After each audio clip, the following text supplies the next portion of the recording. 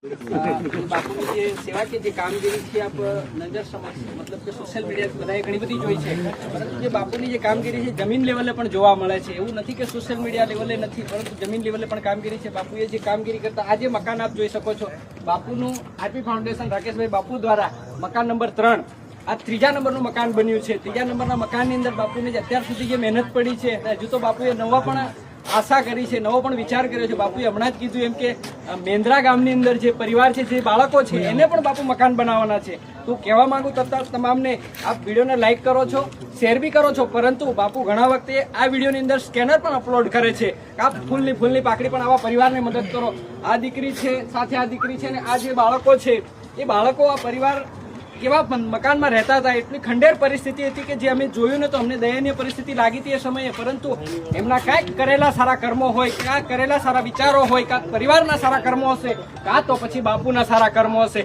આ જગ્યા ઉપર આ ફળ્યા અને આજે પરિવારને જે મકાન મળી ગયું. સાહેબ, આપણને બજારમાં જઈએ તો કોઈ રૂપિયાની ચોકલેટ નથી આપતું, બાપુએ તો આખું મકાન પરિવારને ભેટ કરી દીધું છે. બાપુને અભિનંદન છે, બાપુની સારી આવેલ ટીમને અભિનંદન છે.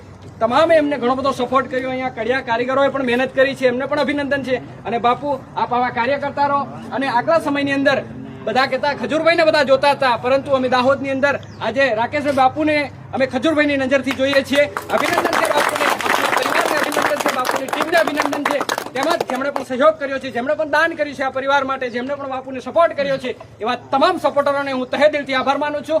અને હજુ પણ મદદ કરો. અને દેવગઢ બારિયાની અંદર બાપુ આપ તો આવ્યા છો લીમખેડા તાલુકામાં, પરંતુ બાપુ ફરી એન્ટ્રી મારી રહ્યા છે દેવગઢ બારિયાની અંદર. દેવગઢ બારિયામાં ઘણા બધા ધનુંધરો છે, એમને કહેવા માંગુ છું, આપ ઘણા બધા સેવાભાવી કાર્યકર્તાઓ છે, એમને કહેવા માંગુ છું, આપ વિડીયો શેર કરો છો, વિડીયો લાઈક કરો છો, તો એ જ મકાનને આપ આર્થિક સહયોગ કરો ને બાપુ 5 થી 10 દિવસમાં એ મકાનને પૂર્ણ કરે એવી બાપુને હિંમત આપો, એવી આશા રાખું છું. માનવ સેવા